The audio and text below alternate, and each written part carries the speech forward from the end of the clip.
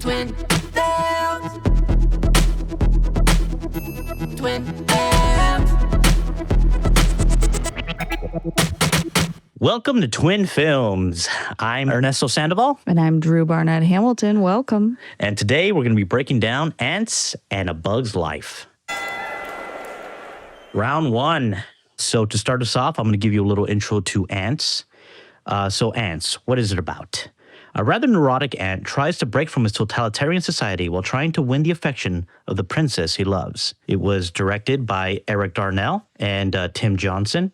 It was written by Todd Alcott, Chris Weitz, and Paul Weitz. It was distributed by DreamWorks. It was released on October 2nd, 1998. Budget was $105 million. Its worldwide gross was about $171 million. It opens with our main character, Z, a worker ant, who's bemoaning to his ant therapist about how he's just a number and he doesn't matter.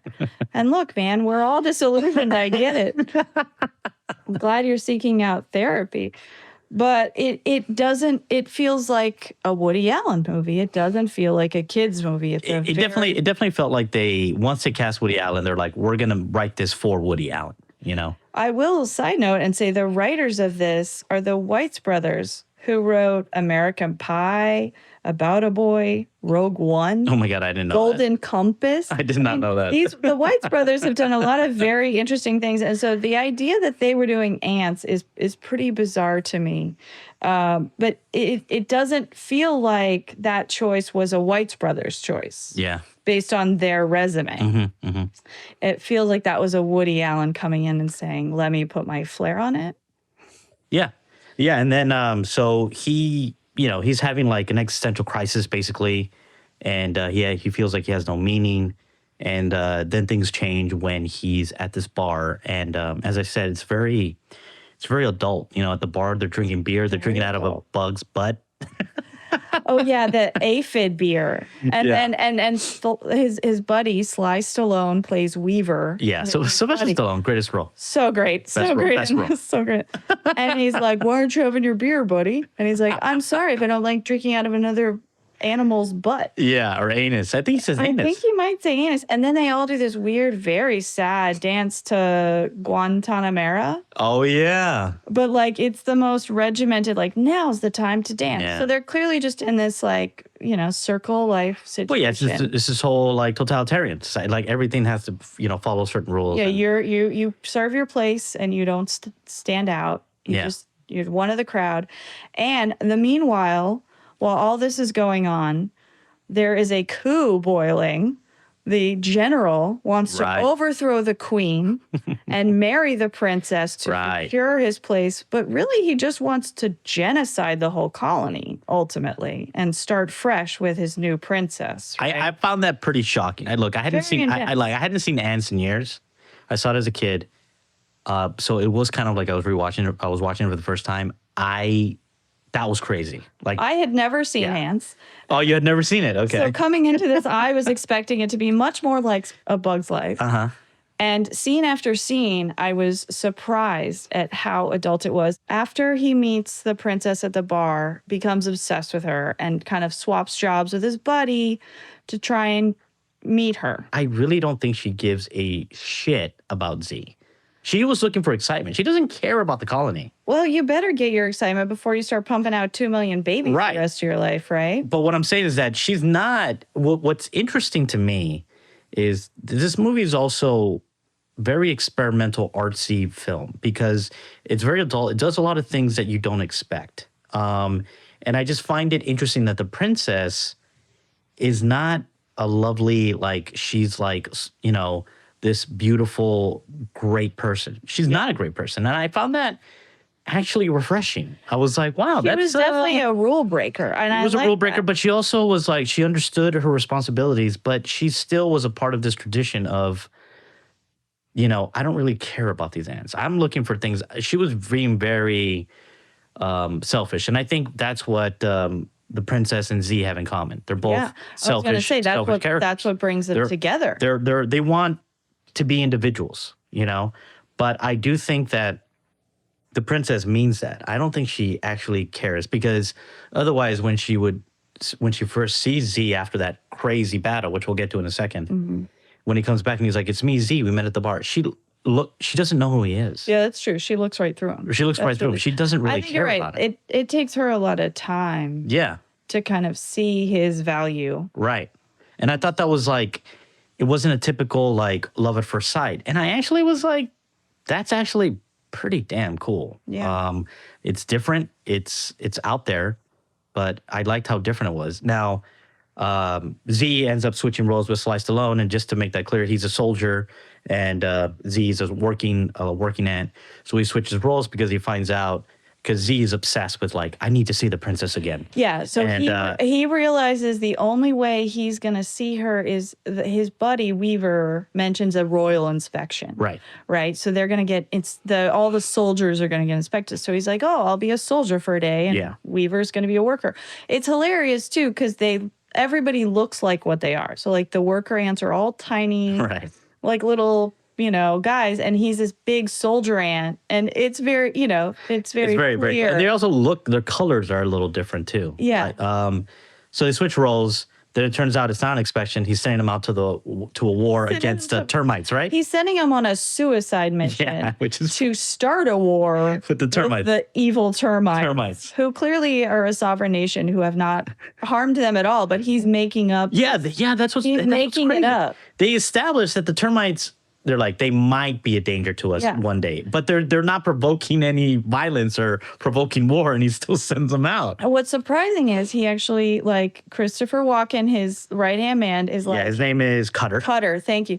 Cutter is like, "Ugh, should we be doing this? We got to get the Queen's approval." And he's actually like, "All right, let's go do I it." like the way you did that. Oh, should we be doing this? As close to the Walken as I As you're get. walking, should we It's be doing mostly this? hand movement. But Gene Hackman, I don't know if we should be doing this. Queenie Right. agrees to this invasion, which is definitely a suicide mission. Right. Look, it's a crazy ass war scene. It's violent. It's very Starship Troopers. Yes. It's like this goo coming out of all these crazy bugs, and it's a suicide mission. It's very intense. Yeah. And then when he sees Barbados at the end there, he's like, "How do I look?" And it's just his head. Oh, God. He's like, "You're fine, friend." And he lifts up his head, and there's no body there. And he's like, "Then why can't I feel my legs?" And he's like, "You're fine." And he just sets his head back down. Yeah. Ooh. And Like- Barbados really gives his friend Z some advice. He's like, "I wish I'd gone on my own path while I had the chance." Right.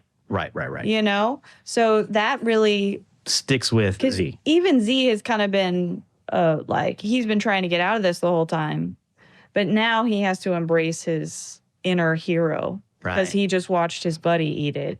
Yeah. Oof. That was hard. That was heart-wrenching. Yeah. And then he's like you said, he's the only one that survived, but he survived because he was hiding, Yep. you He know? got stuck under a bug for a while, and then he hid out, And obviously Mandible, played by Gene Hackman, is like upset the general. He's like, and he tries to kind of scurry him away and shut him down, but he ends up going and like kind of being put in front of the other ants, and he meets the princess. Princess is like, doesn't know him. And then yeah. they fall over. He doesn't intentionally kidnap her, but they like fall through down this. the trash Right. They chute. fall down the trash chute, Yes, and then they're outside, Yes. and then from there, there's that magnifying glass scene, which again Which was out so of nowhere, scary. so It's like- intense. And yeah. is the praying mantis right there too? It's after I feel that. like it's like right after that. So you have this like very intense kid with a magnifying glass who kills the soldiers, thank God. So like our hero ants are okay, but it's pretty gruesome. Yeah, it's also just good storytelling because he establishes the story establishes Insectopia, and then the stuff with Barbados. It's like it propels. We understand why all of a sudden Z, our hero, when he's outside, he's just like, "Screw this! I'm not going back. I can't go back there." Especially once he's just been rejected by the princess. He's like, "There's nothing there for me anymore. I'm leaving."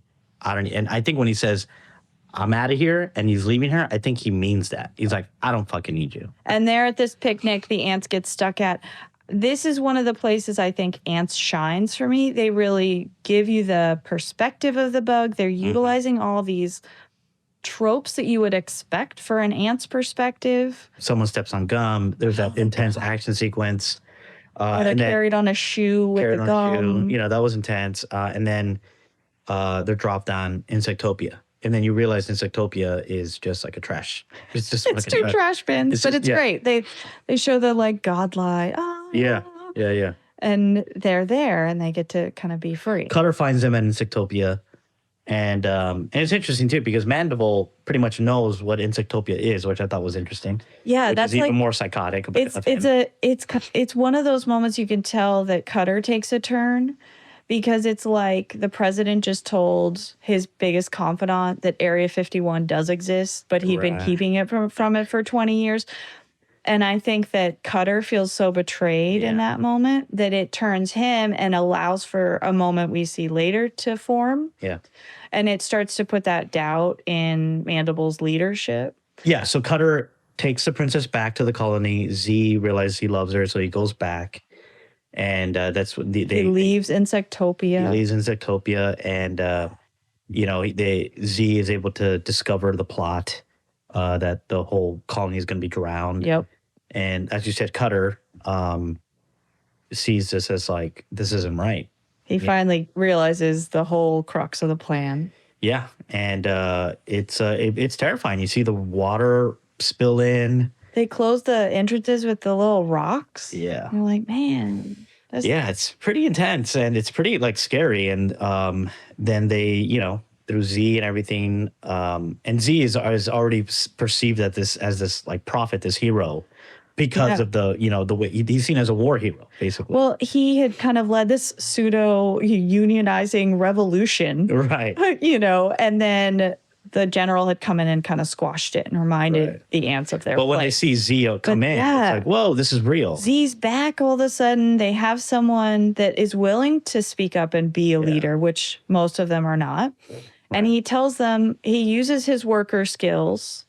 Then instead of making a wrecking ball, they're going to make a ladder, which is really a nice callback to the previous wrecking ball he made and hated being a part of. Yeah. And now he's making a ladder to help get all the ants up to safety out of the colony. Yeah. And all the while, Cutter and his dudes are trying to help from above. Right. Yeah, because at one point they break through the dirt and Mandible is like, no, you're not going to come in. And Cutter ends up turning. That's the moment he turns on Mandible. So satisfying.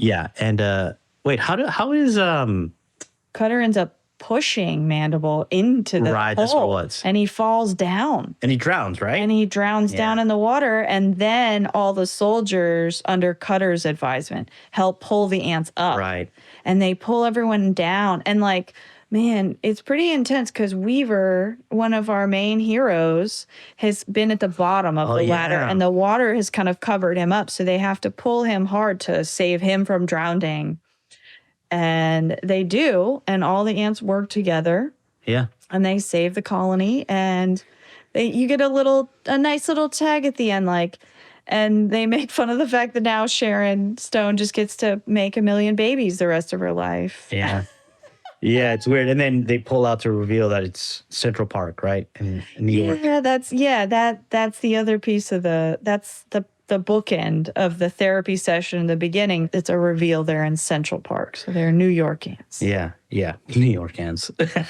I wonder how I would feel if I'd watched it as a kid. I mean, I remember as a kid, I just wasn't, I thought it was fine. I was more enamored with A Bug's Life. Yeah. We'll get to that. But I just feel like A Bug's Life is also just a lot more bright and colorful. And it just spoke to me more as a child. Like, oh, that's what I want to watch. Yeah.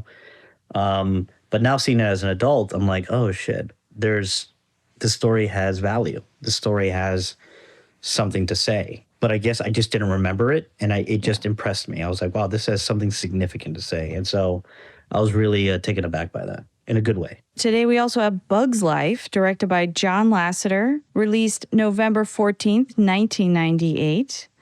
Screenplay by Andrew Stanton, Donald McHenry, and Bob Shaw. Bug's Life is the follow-up to Toy Story. It is the second film by Pixar. The running time is 95 minutes. Budget was anywhere up to $120 million. We had varying reports on that. Bug's Life made $363 million worldwide. Pretty significant box office there. Bug's Life, a misfit ant looks for warriors to save his colony from greedy grasshoppers, but instead recruits a group of bugs that turns out to be inept that turn out to be an inept circus troupe. I would also say inept is pretty harsh here. Oh yeah, I prefer stupid. Well, they get the job done, is all I'm saying. Movie starts off where we're following a character named Flick, and he's an inventor. He's always thinking outside the box. Flick has a new invention where he's trying to harvest the grain more efficiently. The other ants do it one at a time. They form a line, and then they have that one funny scene where a leaf like falls, and they're like, "What do I do?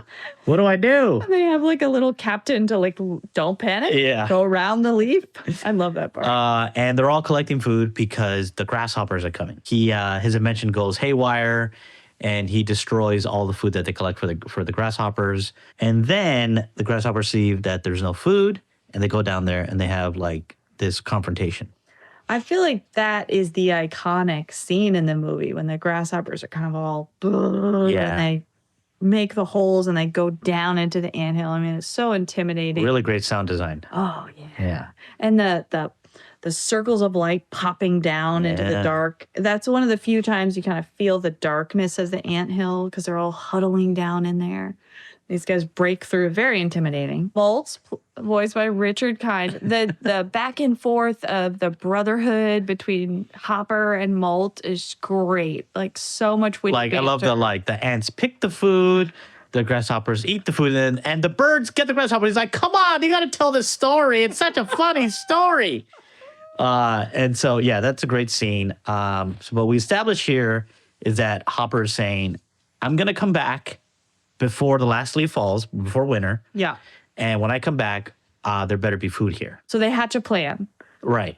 And the plan is kind of a double. It's like they're mad at Flick Right. because he fucked up and all the food went away. Right. And it becomes clear that Flick was the one who fucked up. You know, they Flick can't hide it, With his inventions. They refer in both films, both Z and Flick are referred to as glitches. Mm-hmm. They're like, and this is a common theme in animated movies, like they don't fit in the system. No one in the colony seems to like Flick. No one, not seems, they don't. They don't like Flick. No, they think he's a troublemaker. They don't see him They seem as trying to gullible. be helpful. Yeah, he's not helpful. And so, but then they don't know what to do. But then Flick comes up with the idea. He's like, "Why don't They're we?" kind of talking offhand. Right. They're like, well, it's not like someone's just going to come in and save us. Like, Yeah. so yeah. And so then Flick is like, "I'll do that. We can go out and I'll get someone." We'll find some warriors. They keep saying, we'll find some warrior bugs to protect the colony. Yeah. And it's sort of like the council of these ants, the princess and the, not the queen so much, but the princess and the council of these leaders love this idea because it gets rid of Flick, not because they love the warrior idea. They couldn't care less. They're just like, this guy is constantly fucking shit up. Let's just get him out of here. He's like volunteering to go on sabbatical. And they're like, great. Yeah. No. They don't think he has any shot of being successful. Right. They think they're sending him to his death. Right. Right. But they're like, hey, gets rid of our immediate problem and we can just focus on the grasshopper problem and stick to what we've been doing. From there, Flick basically, there's this moment where Flick is leaving the colony and he's like, "All right, bye. I'm off to find warriors." And then he leaves and the whole colony cheers. Cheers so loud. They're so happy that Flick is, it's like, that is so mean. That is so mean. But then Flick's like, a little hard. yeah, Flick is like, wow, they're really depending They on me. really believe in me. Sweet, naive Flick. And And then he's off to the big city. He's off to the big city, yeah. But then I like how you see Flick's sense of whimsy and, his quirkiness, because then he's able to get up on that flower, not a flower, but Oh, yeah, he goes on the dandelion. yeah, and then he like floats. That's such a beautiful sequence. Oh, it's so cool. You know, Because they have to get across the little ravine to get off their anthill island. And it's so cool. The cracking ground. yeah, You get a ton of cool texture. it's a dry really- lake. They decide it's a dry lake. Yeah, it's beautiful visuals there. And yeah, just the idea of like a tiny little ant getting on a dandelion, Yeah. flying away is great. Yeah. And then you get into the city, and the whole stuff with the circus Oh, yeah. is so it's beautiful chaos.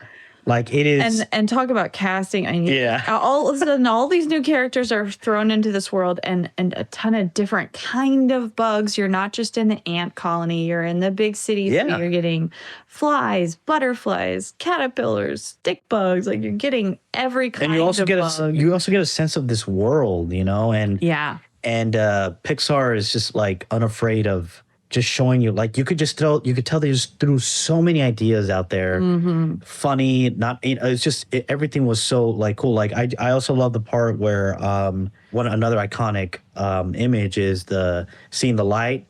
It's like, don't go towards the light, but I can't help it. It's so beautiful.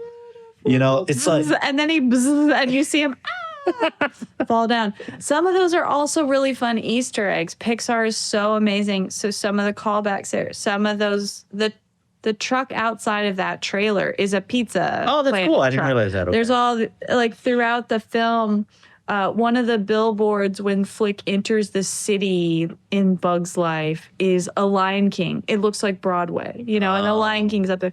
They have fun. This is a fun sequence. These are interesting characters. You're entering a world where different kinds of bugs and things like that. And Flick's getting to see conflict.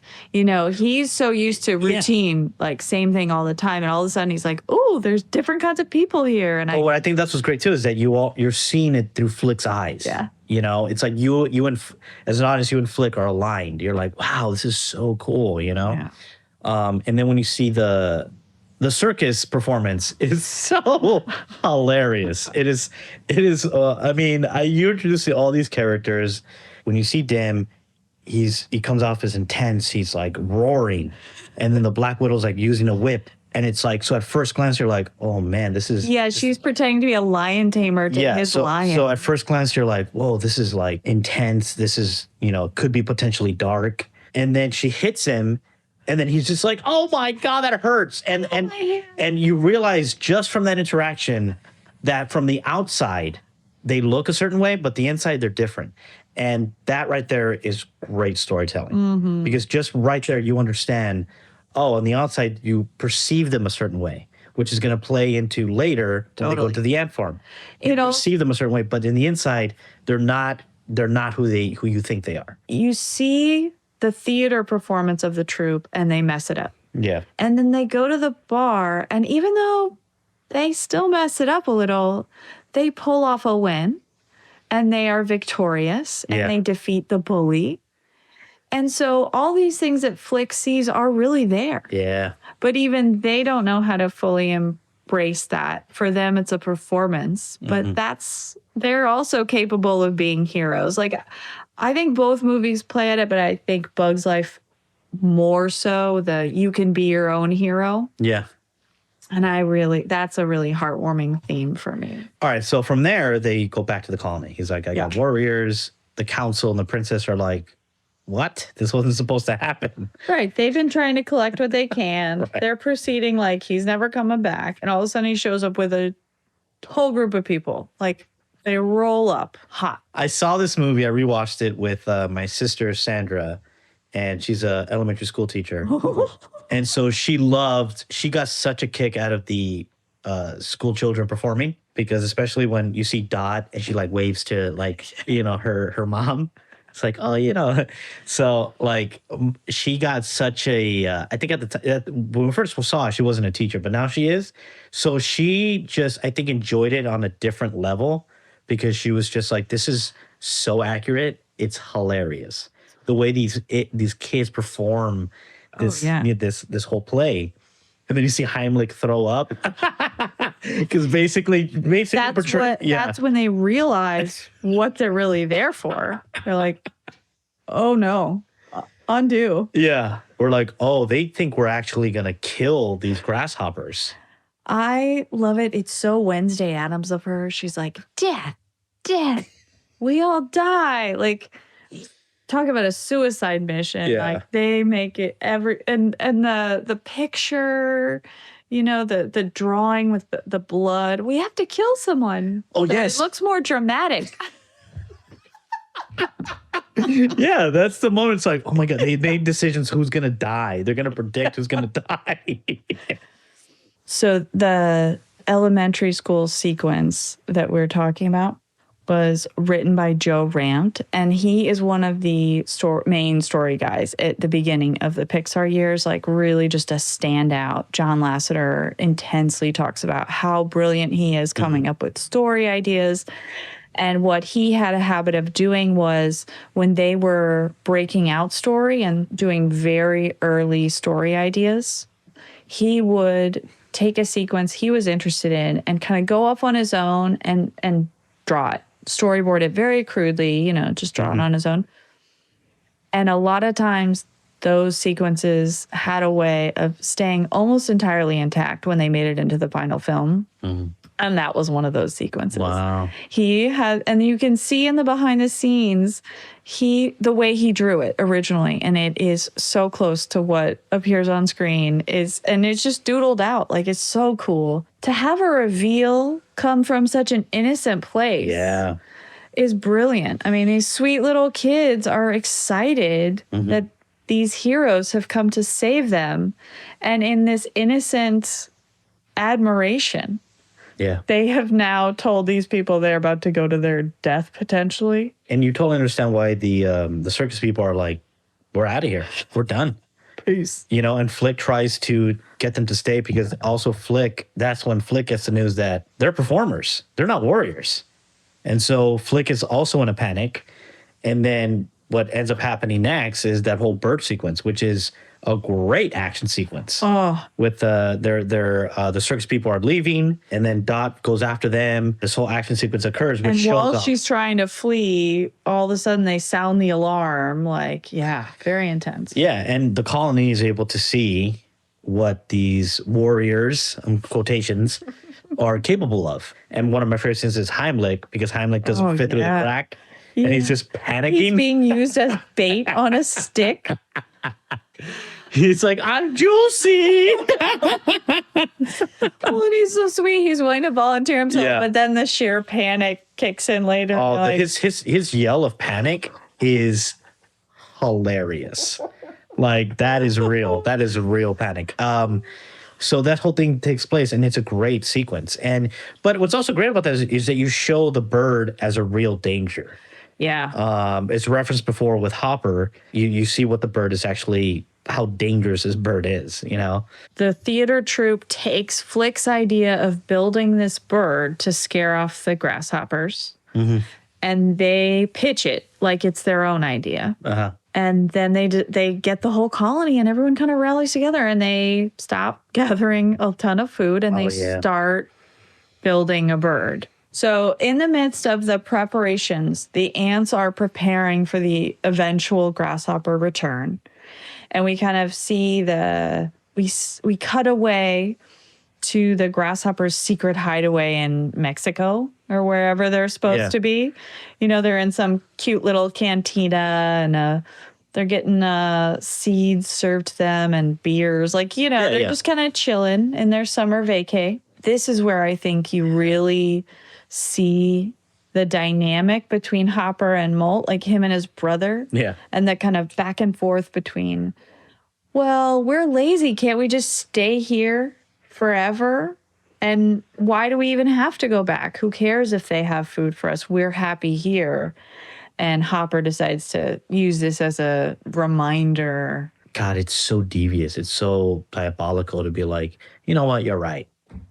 Let's just stay here. What am I thinking? It's so manipulative.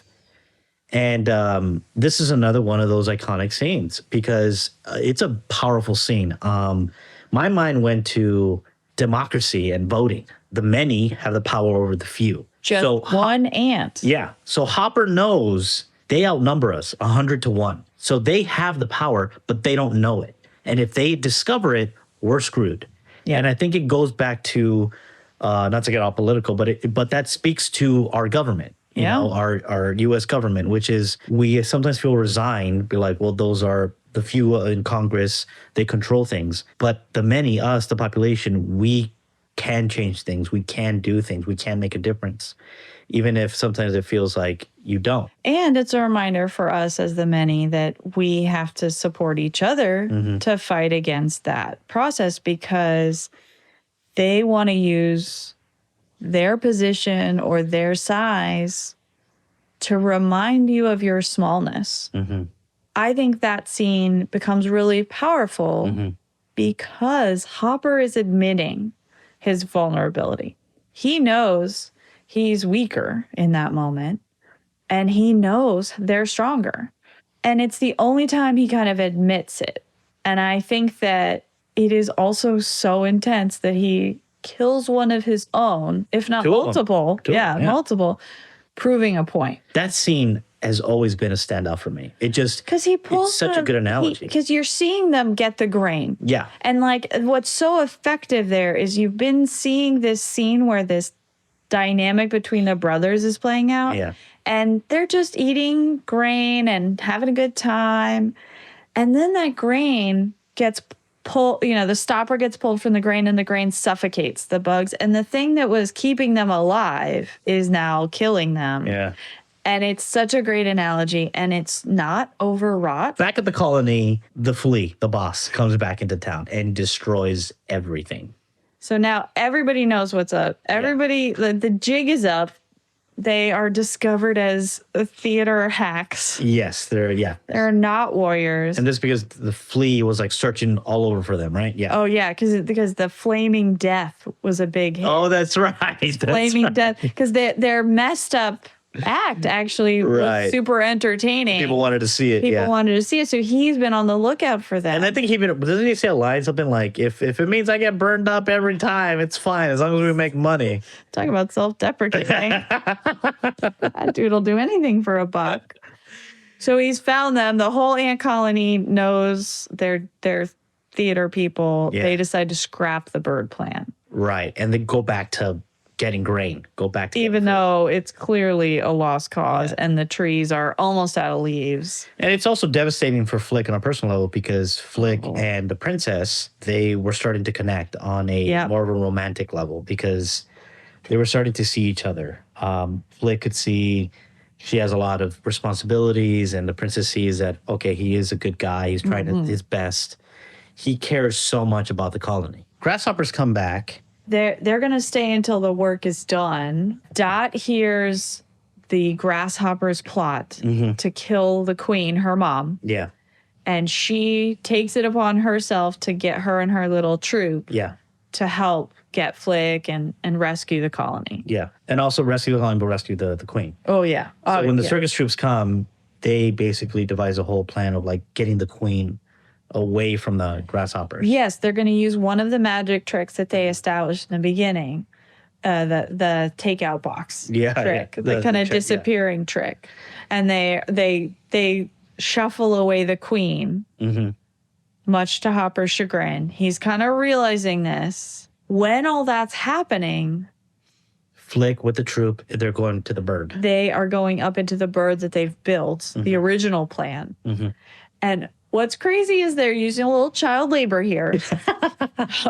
He decides the best course of action is to fill the bird, which was supposed to be filled with warriors or whatever, with a small troop of baby ants. Right. And they all like work to heave-ho, flap the wings of the bird and try and get it down out of the tree, right?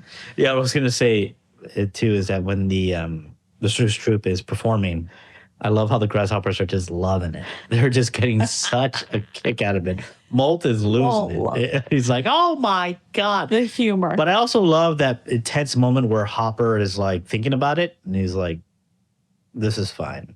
He's like okay with it.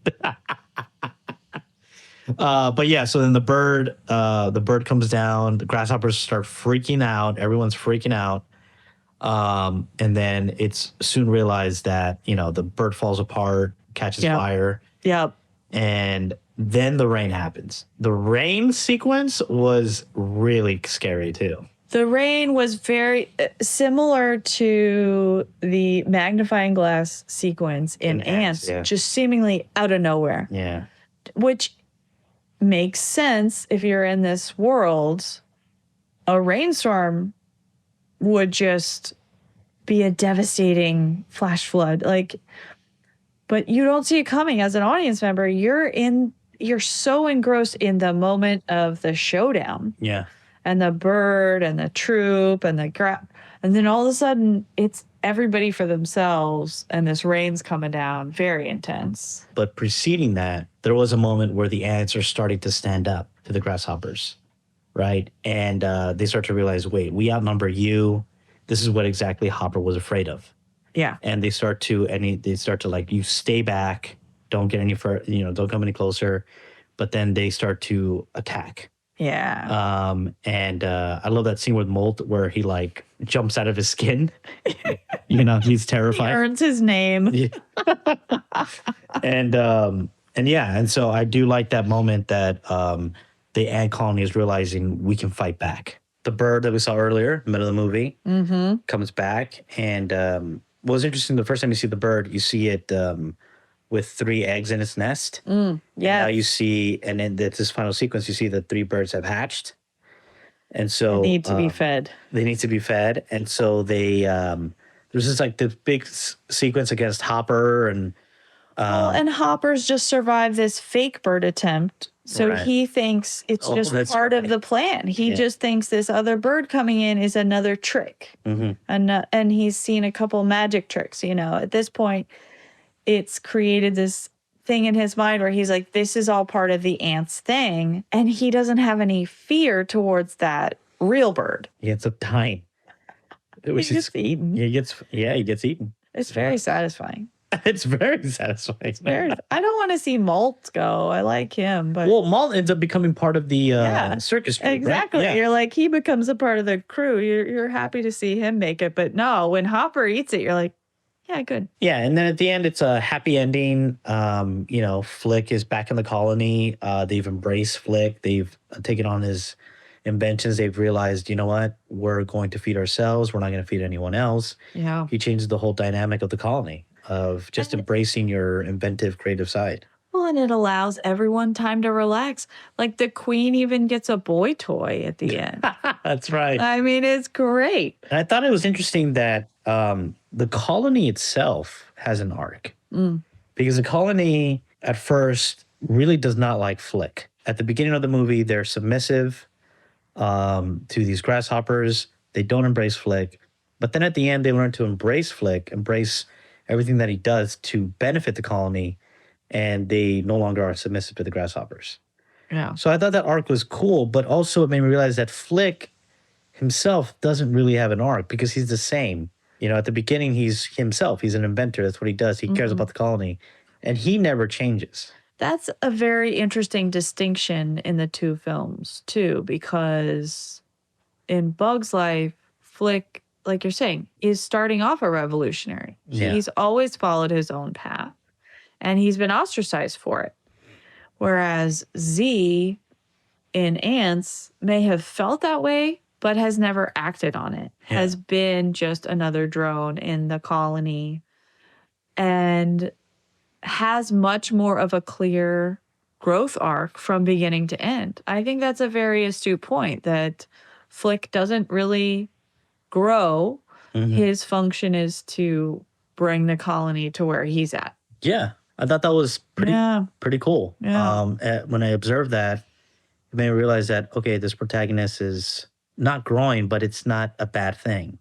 He's still trying his best to serve the colony. This is round 2, cast and crew. Woody Allen isn't bad, but it does kind of annoy me that they infuse Woody Allen into it. It's like... Yeah. I don't feel like Antz would be New Yorker. Like this one guy in the colony has an accent? Yeah. But I could tell they only used a therapy ant because Woody Allen was in it. Yeah. Because they never come back to that. Never call back. I would have liked, remember in Mr. and Mrs. Smith, they start with the therapy sessions and they kind of call it back at the end. And they're like, ask that question again. I actually think that would have been clever. They should have called it back. They could have called it back. And he could have been in therapy, been like, well, it's crazy now with a million kids, but I'm my own person. He's like, it's a new life. It's crazy. Every day is a gift. I don't know. Like all of a sudden he's a cheery guy. Or, it's keeping with the tone of the movie. It would probably been like, this is not what I wanted. I'm overwhelmed. Can I get a divorce from a queen? Marriage is not what I thought it was. All of a sudden she wants babies. I don't want babies. Like, what am I to do with a child? How do you raise a child? I don't even know how to go about that. You got a really good Woody Allen. I have no game on the Woody Allen front. It's just like I could take it to a darker place, but I'm not going to. It's just So, but Gene Hackman, fucking awesome. He was amazing. He's so good. His character is so intense. He talks about cleansing the gutters, making a pure colony. Our past will be washed away. But somehow it's Gene Hackman. So you're still like, well, he's probably got some merit there, right? Yeah. But then he's like, no, just pure evil. Like, no, he was awesome. Christopher Walken was awesome. Sharon Stone was surprising. I had to look up Sharon Stone because I'm like, who is this voice? Love Sharon Stone. Yeah. She has this way of being very hardened. Yeah, that's what. Yeah. But when you get those moments of vulnerability or you see that other layer to her, she's disarming. One of the best things is watching her in the behind the scenes for this, where she is the most poetic actor and she is talking about an Antz movie. And it is great. She's so giving it and so genuine that it makes Woody Allen's shtick a little more grating at times. Mm-hmm. That was a little hard for me, but man, Sharon Stone, excellent. Chip and Muffy talk like this and they're wasps. They're waspy wasps. They're better than everyone. They're very bougie. They look down on these poor ants that can't fly around. I think Weaver, Sylvester Stallone's the best part. He's so fun. He's just a cool looking ant. Yeah. He's just badass. And honestly, I find it so relatable. He's like, I can get some chicks. I can get some girls. And that's why he switches roles with them. Like, that is hilarious. That is so... Wants to meet some ladies. But that's such a soldier, if you're like... that's such a soldier, like, man's man thing to do. Yeah. And so I just love that, that he's Z's best friend. He's such a supportive friend. How many ants would swap with their ant buddy and just go along with these crazy plans and support him when he does weird, different stuff? I mean, and then he's a good friend. When he's getting beat up, even as a kid, I felt that. I was like, oh my I forgot they all get tortured. Oh my God. And they all like take some torture just not to give each other up. Yeah. Yeah, that is a friend. Yeah, so Sylvester Stallone is fantastic in this movie, okay? Flick is voiced by Dave Foley. Great voice. He did a great job. I love his behind the scenes was really sweet. He was all like, well, I couldn't believe they cast me. I thought it was a mistake. I was like, that's so Flick of you. Yeah. He's really sweet. Phyllis Diller, the amazing the queen. Oh, she's amazing. Jesus, how do you have Phyllis Diller? Jesus Christ. Princess Ada, voiced by Julia Louis-Dreyfus. She was great. So good. Yeah. Some of the circus folks: Madeline Kahn, Bonnie Hunt, Brad Garrett, Dennis Leary. Hopper is voiced by Kevin Spacey. Really good, intimidating voice, intimidating presence. I mean, he really brought it. David Hyde Pierce as the stick. John Ratzenberg is P.T. Fleet. So, and then we have Jonathan Harris is also, he's the gypsy moth. So wonderful. Oh, yes. He's from the Lost in Space show, the TV show. So he was someone Andrew Stanton talked about growing up, watching him on TV every day, and that he was super starstruck getting to meet him when he was cast. So it's just some really iconic voice actors in there. Joe Ranft is the voice of Heimlich, who is just such a standout. He's just so charming, so lovable. Yeah. I know you're really taken by his voice. Yeah, I mean, he did a great job as Heimlich, and I love the arc of Heimlich, him wanting to be a butterfly one day. And then the ending, when he turns into a butterfly with small wings, and he's like, you all look like ants from up here. And I read up on Joe Ramst, and he was a big part of Pixar, and he unfortunately passed away. I didn't realize that. Yeah, he passed away. It was I'm not sure how old he was at the time, but Shit. yeah, he passed away, and it was a big blow for Pixar because he was very, very loved at Pixar. He did a lot of I know he was loved for being a writer, as a voice, and also just as a person. It just seemed like he brought this enthusiasm and this energy to their projects. I mean, the way everyone talks about him in the footage that you're watching, you can see his energy. He was a good story guy, and I think you can tell from the way the Bug's Life story is constructed. There was a lot of thought into the story, how things unfolded. Yeah, he was remarkable. He was a remarkable talent, remarkable voice actor. And it's too bad that we didn't get to see more of his work. Richard Kind was also, he was just hilarious. I love Richard Kind. Everything he does is wonderful. I don't want to spend too much time on it. It's a little bit of a trigger warning. It's not the most pleasant thing to talk about, but it is noteworthy, I suppose. I don't feel like we can have all these discussions about these sweet kids films and not talk about the fact that John Lasseter left Pixar because of allegations of inappropriate misconduct, sexual misconduct, went to a different animation studio. He's still working, but those accusations, I mean, yeah, it was a little weird watching these kids movies, and John Lasseter misconduct, Woody Allen alleged misconduct, Kevin Spacey alleged misconduct. There's like all these people in these kids movies that as an adult watching it can't help but permeate my thoughts. Oh yeah, absolutely. I think that's normal. Just because at least for us, we're so in tune in the film industry, and did it cloud my view of the movies? I tried to not let it cloud my views.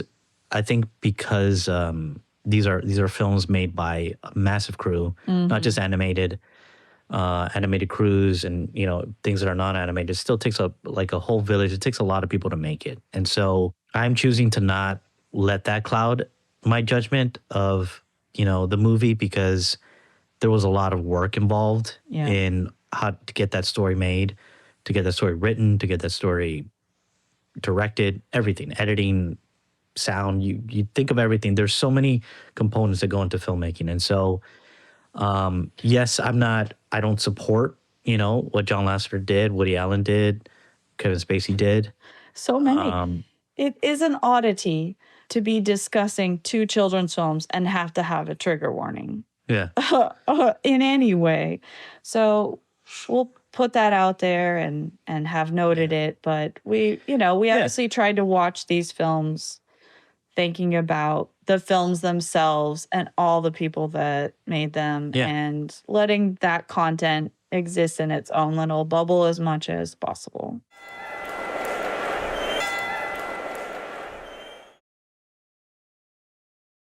Let me preface this by saying that all this stuff is like rumors. It's been whirling around, but this has been the rumor for many years. So Jeffrey Katzenberg is a producer, and he worked at Disney. And apparently he had a feud with Michael Eisner, who at the time was CEO of Disney. Shortly after that, he founded DreamWorks with Steven Spielberg and David Geffen. And so they formed DreamWorks, and they wanted to make an animated film.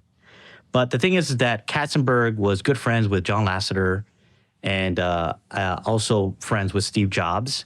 And so at the time, Steve Jobs was the CEO of Pixar. So they kind of were like same circle of friends. And John Lasseter directed Toy Story, was the leading director of the time. He also directed Bug's Life. Apparently, John Lasseter had mentioned to Jeffrey Katzenberg, Jesse Katzenberg was kind of probing him a little bit about what Pixar is doing next. And John Lasseter just mentioned something about ants or bugs, that was their next, that was going to be their next project. And the next thing John Lasseter is looking at not tabloids, but the trades, I guess. And he's seeing that DreamWorks is developing an Antz movie. And so John Lasseter is like, what the hell is going on?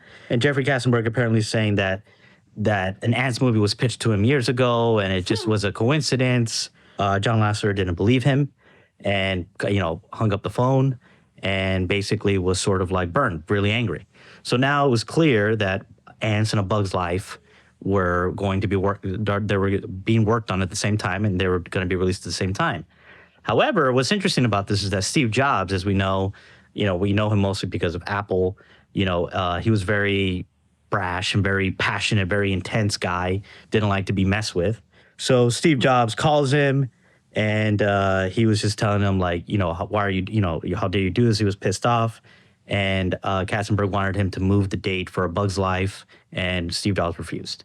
So it came out as it was. Antz and A Bug's Life came out first, then Antz came out first, and then A Bug's Life. And then as we know it, as history shows, which movie made more money, which is, everyone kind of has an opinion of which film was the better one. Yeah. But I thought this was interesting, and to finish it off, at the end of the day, after many years of interviews, and Jeffrey Katzenberg has denied all this stuff as rumors, speculation, but ultimately I think it was John Lasseter who said that Jeffrey Katzenberg felt that Disney was out to get him. So, in a way, Jeffrey Katzenberg felt like this whole Antz, movies, it was just a way to screw over Jeffrey Katzenberg, which I think is interesting and, maybe a little narcissistic. I was but, like, what a martyr complex. Yikes. Because there's a lot of people brought that on yourself. Like, look, if you want to tussle with the big dogs, you better be prepared. I think it takes a lot of balls to think you can go against a guy like Steve Jobs. Yeah. Especially when you're developing, at the time, what was groundbreaking computer technology. In some of the behind the scenes, they were talking about how they had to develop whole new proprietary computer systems just to create enough facial movement to make it viable. When you are literally developing computer technology to animate your film faster than Steve Jobs, that is quite a mountain to try and climb. I mean, God bless. He was a CEO. He put a lot of money into it. He really believed in this technology. So Pixar and Toy Story were his baby. He was taking a huge risk for this company. And I think that's probably why when A Bug's Life, like someone was messing with his company, messing with what he was trying to do, I think and I really like the fact that Steve Jobs did not bend. He's like, screw you, man. Like, I'm not going to bend. I gotta say, this was a little closer for me than our episode 1. Surprisingly so. I had seen Bug's Life many times, rewatched it for this, had never seen Antz, and just kind of went in expecting to not care for it. Ultimately, I did find Antz to be a very respectable film, a little more subversive and adult than I anticipated, but I quite enjoyed it. For me, the winner has to be Bug's Life. It's a more revisitable film. It's something I can watch with my kids. For me, there is, I'm sure, a nostalgia factor, but I just think it's a more visually appealing film. I think it's a more engrossing story. And it's just charming. It's just charming. Those certain characters like Malt and Heimlich, I think they get it over the top for me in terms of the win, because you want to go back and see those people again. You want to be with those characters and laugh again. And I've watched that movie many times, and I still laugh and giggle at certain spots. And at Antz, I cringed more than I laughed, I think. So I'm gonna give this one to Bug's Life. Okay. It was a closer call than I anticipated. Yeah, I definitely agree with you on a lot of what you said. I mean, when it comes to rewatchability, I can see myself rewatching A Bug's Life. Don't see myself rewatching Antz. Antz is not a bad movie. Not a bad movie. It's not a bad movie. I really liked its risk-taking. I really liked how bold it was. Maybe the animation doesn't hold up, but it's different. Yeah. It's really out there. I would probably, recommend that to someone who's looking for something a little bit darker, gritty. It was not a bad movie by any means. Some of the character dynamics, like I mentioned earlier, the way the stuff with the princess, she was not a good person. Yeah. She ends up becoming a good person, and Z is not a good guy either. He's very so I really, it was very adult, and it like I said, it's almost like, it's funny that we're comparing these films because they're similar, but they're so different in so many ways. Not only from their animation style, but from also the concept of the story, the way they handle adult themes. At the end of the day, though, A Bug's Life is just, It's just fun. It's a fun movie. It's entertaining. It's charming. It's just a good time. It's just a lot of fun to watch. And for that reason, I prefer A Bug's Life.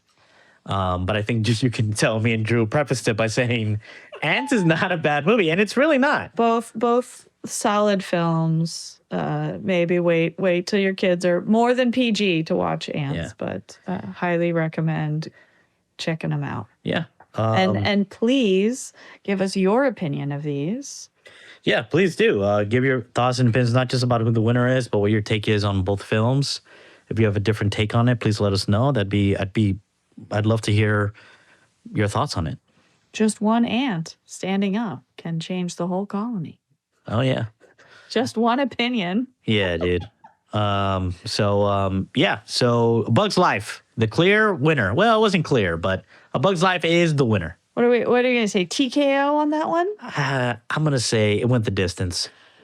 I think they went 12 rounds. Maybe we just declare a winner was declared. A winner was declared. I don't think there was a knockout here because Dante's Speed killed Volcano. I mean, I love me some Tommy Lee Jones, but that we got to give Dante's Peak the clear KO. Yeah, no, pretty evenly matched. I think it went the distance, and then we had to declare the winner. Yeah. It wasn't so clean cut. Please check them out. I think everyone knows A Bug's Life a lot more. I think in general people prefer A Bug's Life. Don't skip Antz. It's not awful. Don't knock it out. Next week we're going to be talking about The Prestige and The Illusionist. Oh, really excited for this one. Yeah, I think you guys will have strong opinions. So get ready. Watch those movies. Yeah. So thank you for listening, and we'll see you next time. Thank you. Twin Tales. Twin